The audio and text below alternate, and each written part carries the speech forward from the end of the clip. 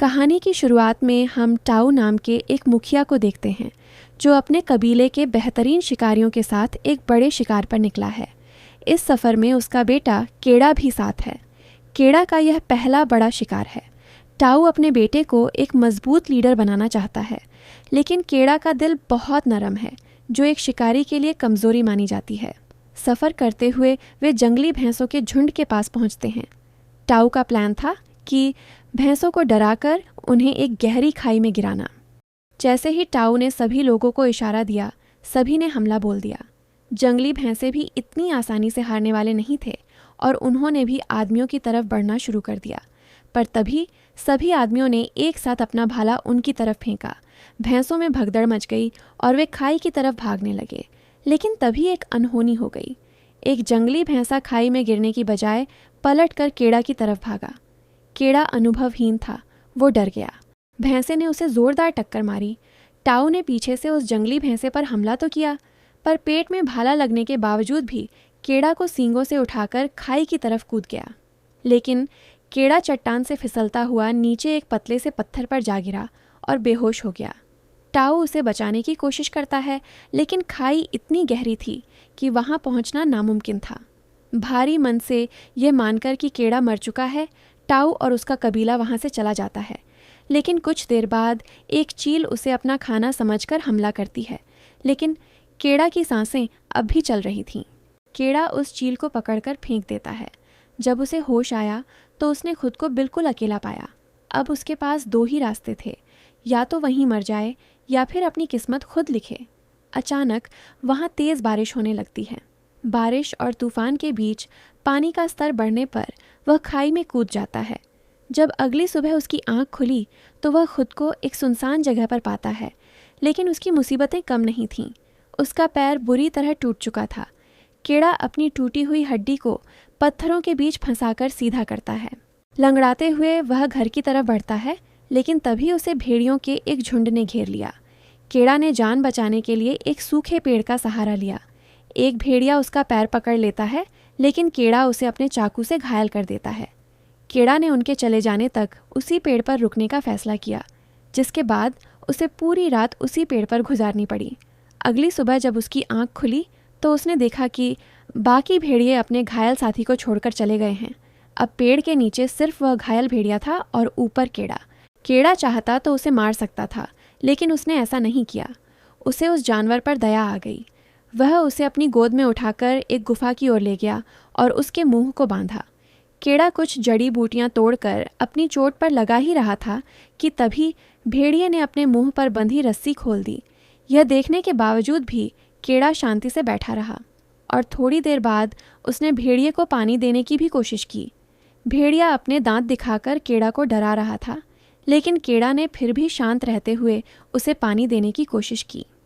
भेड़िया अपने दांत दिखाकर केड़ा को डरा रहा था, लेकिन केड़ा ने फिर भी शांत रहते हुए उसे पानी देने की कोशिश की, और केड़ा के इस बर्ताव को देखकर वह भेड़िया भी शांत हो गया। धीरे धीरे उस भेड़िए को समझ आने लगा कि यह इंसान उसे मारना नहीं चाहता। केड़ा ने उसे खाना दिया। धीरे धीरे उसने केड़ा पर भरोसा करना शुरू कर दिया। केड़ा ने उसका नाम रखा अल्फा। दोनों के बीच एक समझौता हो गया। केड़ा ने अल्फा को सिखाया कि खाना खाने के लिए उसे केड़ा की आज्ञा माननी होगी। धीरे धीरे दोनों एक टीम बन गए। वे साथ शिकार करते, साथ खाते और बर्फीली रातों में एक दूसरे की गर्मी के सहारे सोते। वो जानवर जो उसे मारने आया था अब उसका रक्षक बन चुका था। अगले कुछ दिनों में अल्फा की मदद से केड़ा काफ़ी अच्छे से शिकार करना सीख गया। सर्दियाँ और ख़तरनाक हो गईं। पूरा इलाका बर्फ़ से ढक चुका था। घर का रास्ता अभी भी बहुत दूर था। एक दिन सफ़र के दौरान जमी हुई झील पर केड़ा बर्फ़ टूटने से पानी में गिर जाता है। उसे बाहर निकलने का रास्ता नहीं मिलता, लेकिन अल्फा उसे छोड़कर नहीं जाता। वह ऊपर से बर्फ़ तोड़ने की कोशिश करता है। आखिर में केड़ा बर्फ़ तोड़कर बाहर निकलता है। अगले दिन रास्ते में केड़ा को एक टेंट के बाहर बैठे एक आदमी पर नज़र पड़ी, जिसे देखते ही वह खुशी से झूम उठा। पर जैसे ही वह आदमी के पास पहुंचा, उसने देखा कि वह आदमी पहले ही बर्फ़ से जमकर मर चुका था। फिर उसने टेंट के अंदर जाकर खाना ढूंढने की कोशिश की, पर कोई फ़ायदा नहीं हुआ। ये देखकर केड़ा बहुत निराश हुआ। पर वह किसी भी हालत में अपने परिवार से मिलना चाहता था। इसलिए वो दोनों एक बार फिर अपने सफ़र पर चल दिए। थोड़ी देर बाद उनकी नज़र सामने से आ रहे एक बर्फीले तूफान पर पड़ी। उन्होंने देखा कि कुछ शिकारी कुत्ते भी उनके पीछे आ रहे थे। केड़ा ने दिमाग लगाया और अल्फा के साथ एक गुफा की तरफ भागना शुरू कर दिया। सामने तूफान, पीछे कुत्ते, लेकिन सही समय पर दोनों गुफा में पहुंच गए। अंदर पहुंचते ही केड़ा और अल्फा उन कुत्तों का स्वागत करने के लिए तैयार खड़े थे। थोड़ी देर इंतज़ार के बाद उन्हें समझ आया कि शायद कुत्ते तूफान में फंस गए होंगे। केड़ा को लगा खतरा टल गया है, लेकिन अल्फा अभी भी दीवार की तरफ मुंह करके हमला करने को तैयार था और कुछ ही सेकंड बाद उनके सामने एक काले रंग का तेंदुआ आया, जिसने केड़ा को देखते ही उस पर हमला कर दिया। पर केड़ा को बचाने के लिए अल्फा उस तेंदुए के सामने आ गया और उन दोनों के बीच लड़ाई शुरू हो गई। केड़ा पहले तो बहुत डरा हुआ था, लेकिन वो जानता था कि अगर उसने तेंदुए को नहीं मारा तो अल्फा का जिंदा बचना नामुमकिन है। इसलिए अपनी सारी हिम्मत इकट्ठा करते हुए उसने एक तीर तेंदुए की तरफ छोड़ा और तीर लगते ही वो तेंदुआ ज़मीन पर गिर गया। अल्फा भी बुरी तरह घायल हो जाता है। अब अल्फा चलने की हालत में नहीं था। केड़ा के पास मौका था कि वो उसे छोड़कर खुद को बचा ले, लेकिन केड़ा ने वही किया जो एक सच्चा दोस्त करता है। उसने अल्फा को अपनी गोद में उठाया और मीलों तक बर्फीले पहाड़ों में उसे लेकर चला। हिम्मत टूटने वाली थी, लेकिन तभी केड़ा को अपने गांव के कुछ लोग दिखाई दिए।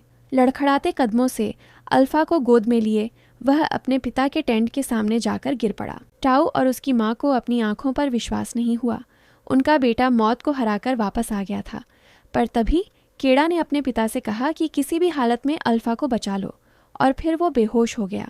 गांव के डॉक्टर ने केड़ा और अल्फा दोनों का इलाज किया। जब उसकी आंख खुली तो उसे पता चला कि अल्फा ने कई बच्चों को जन्म दिया था, जिसका मतलब यह था कि अल्फा असल में एक मादा भेड़िया थी जो पूरे सफ़र में पेट से थी। पर इसके बावजूद भी उसने केड़ा का पूरा साथ दिया। मूवी के अंत में हम देखते हैं कि वो नन्हे पिल्ले अब कबीले के बच्चों के साथ खेल रहे हैं। केड़ा और अल्फा ने अनजाने में एक नए युग की शुरुआत कर दी थी, जहां इंसान और कुत्ते एक परिवार की तरह साथ रहने लगे। तो दोस्तों, यह थी कहानी एक लड़के और एक भेड़िए की, जिसने दुनिया को बदल दिया। आपको यह कहानी कैसी लगी और क्या आपके पास भी कोई पेट है? कमेंट में ज़रूर बताएं। वीडियो पसंद आई हो तो लाइक करें और चैनल को सब्सक्राइब करना न भूलें। मिलते हैं अगली वीडियो में।